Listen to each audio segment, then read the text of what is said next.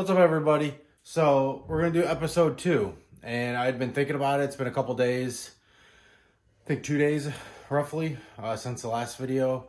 And what I want to do is I want to backtrack a little bit. The car's still making some progress, as you can see, but I want to backtrack a little bit, and I want to talk about the jig that I built. This table, or chassis jig slash table that I built. Originally, I was thinking about the car and trying to figure out how I wanted to do this. There's a ton of people that build amazing chassis like this just off of jack stands. It's totally possible. And there's a ton of people out there that do it. So I thought about it and I thought about it. I didn't know if I want to spend the money and time and materials to do a chassis jig. But what came down is how long it's going to take me to do this build. This build's probably going to take me, a solid 2 years. Realistically, if I get the chassis ready for some kind of paint or coating, like the tubes and stuff, the tubular part of the chassis, like if I could pull the body off this time next year, I would be happy. That's just what it boils down to. I don't have a ton of money to pour into this every day. I'm just kind of doing what I can, the best I can, to build a badass project. And if it takes me 2 or 3 years, it does. If I get the chassis done sooner than later, that's fine. But if anybody that's ever built a car, that last 10% is 90% of the cost.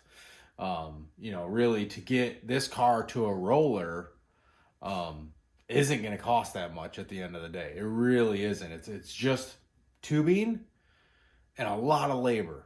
The things that I'll end up buying, and I hadn't talked about this yet, but the front end, I'm basically going to make it a Mustang. I think every Mustang from like 79 to 04, I believe those are years, 79 to 04, run the same front K-member. And the K-member is what the lower control arms go to, what the power steering rack bolts to, and the motor mounts go to. And so I'm going to get one of those settled into the front of the car for a couple of reasons. The first reason, drag and drive. All right. If this thing wheelies and smashes the front end, I want to be able to run somewhere and get parts. What's more common than a Mustang front end? All right. So everybody makes a control arm for it. Everybody makes a strut for it. Everybody makes wheel bearings and the K-members and the power steering racks, and everybody makes all those parts.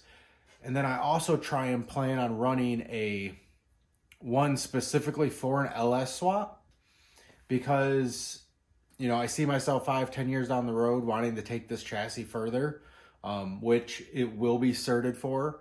And it just, a 4-cylinder, I probably just won't ever have the budget to take it further with a 4-cylinder. So going to an LS engine later on down the road is a total possibility.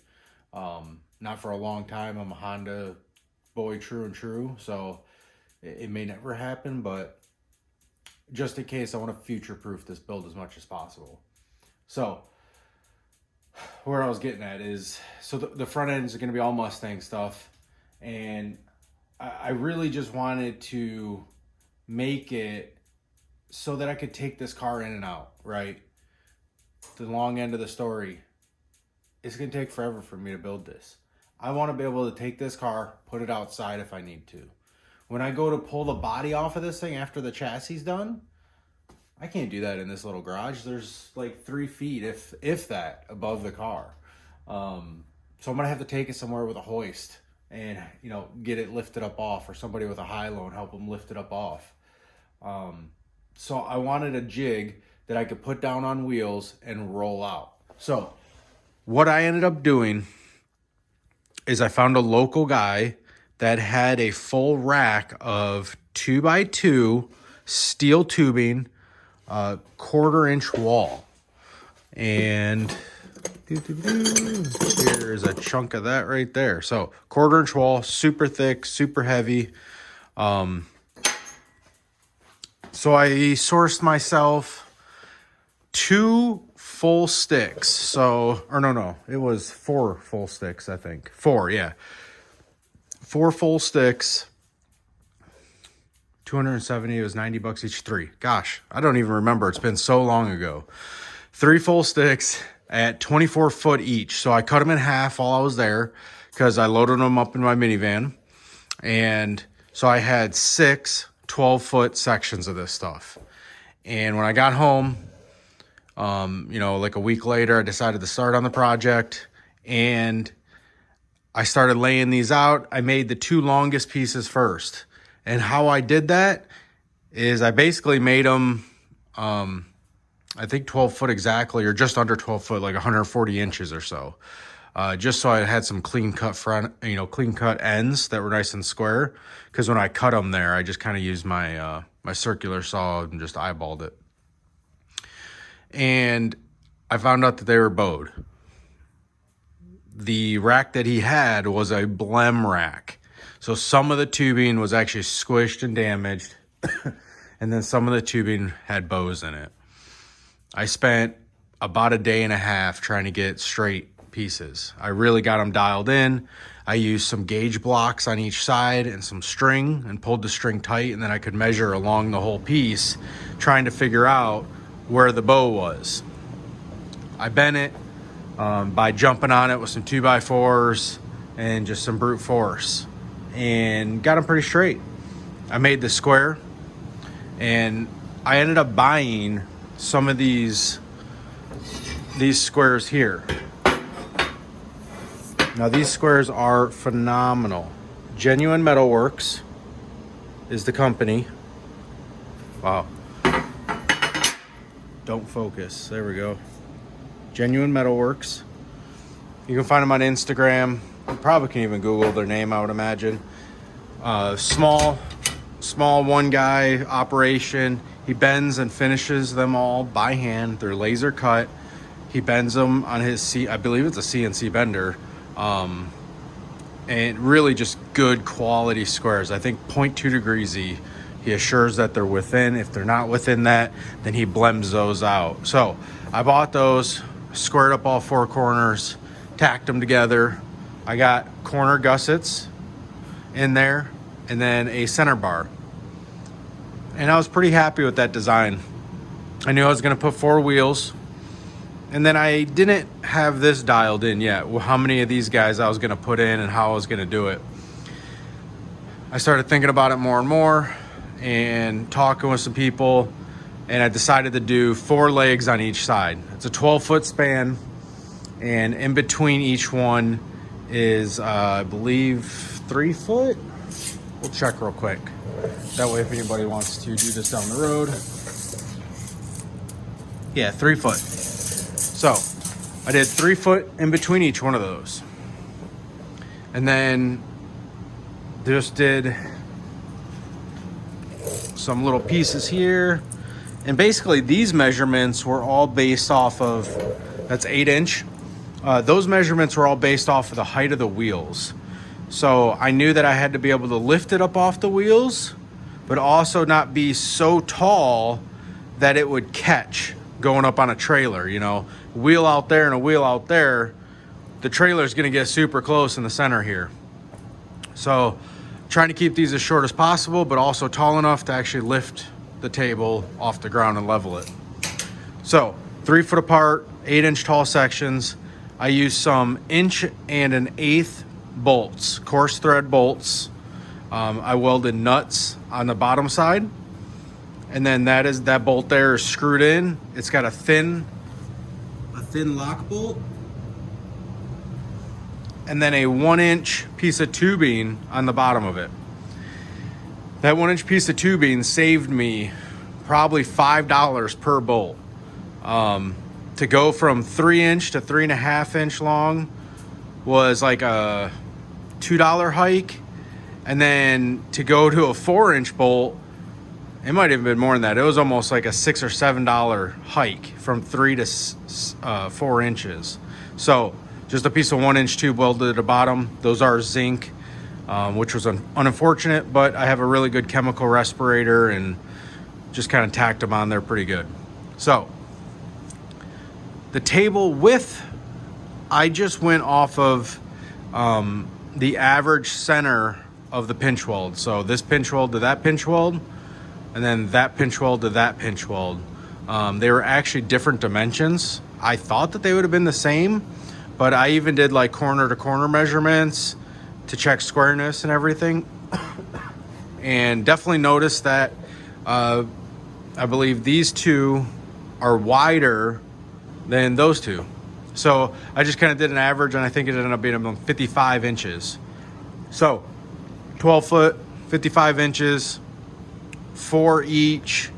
The casters are pretty big casters. The Harbor Freight caster is at 450 pounds per. Swivel locking. They were 25 bucks each. So in this steel, I got the steel for 270 bucks. The casters were about 25 bucks each. I think the bolts and all the nuts ended up being about 80.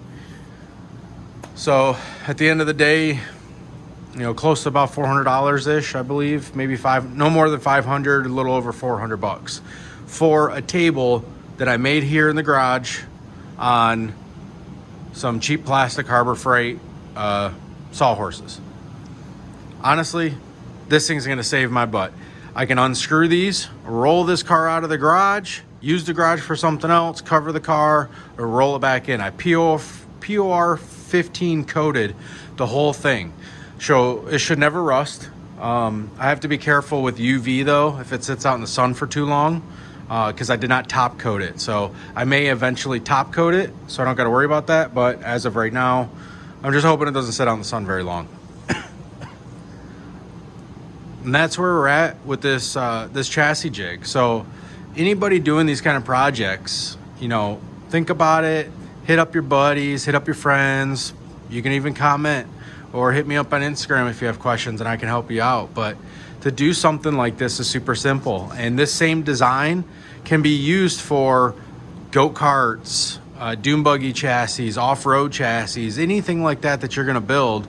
Something like this can really save your butt, and it's super solid. Once it's up on all 8 leveled, this thing is just rock solid. I came in a couple days later and it still doesn't move. I'm glad I did this. This is gonna save me a ton of time over the years as I'm building this car. You know, it just, I think it was the right way to go. I see a lot of people do this on jack stands and the car's just stuck. It never moves. It's just stuck in your garage on jack stands, and you really can't move it. And it's just no good. So that was the chassis jig. The next video, I don't know if I'll step back or step back forward and where the project's at. I'll kind of give you a quick update right now, but I got a crossbar in and cut out from just in front of where the back seat was. So this is where the back seat started. So maybe 10 inches, 12, yeah, probably about 10 inches back or front to the trunk. And it's all just rough cut. I can't grind anything in here yet because it's still got the glass. You don't want to grind and have any of the sparks hit the glass. It'll ruin the glass. So this is all done with Sawzall, you know, Ryobi Sawzall, Harbor Freight blades. Budget, very budget minded with everything. So I don't have a ton of money to spend on stuff, and I hope to build this car and show people that you can do this without Milwaukee tools, without, you know, the best of the best. All right, you know, if you're smart and you spend the money where you need to, you can really do something phenomenal. So this is where we're at, and I'll probably talk about the car more in the next video. The chassis jig's done. We don't need to talk about the chassis jig anymore. Build one if you're going to do a project like this. I highly recommend it. I hope you guys learned anything. If you didn't, maybe on the next one. You guys have a good night. Thank you.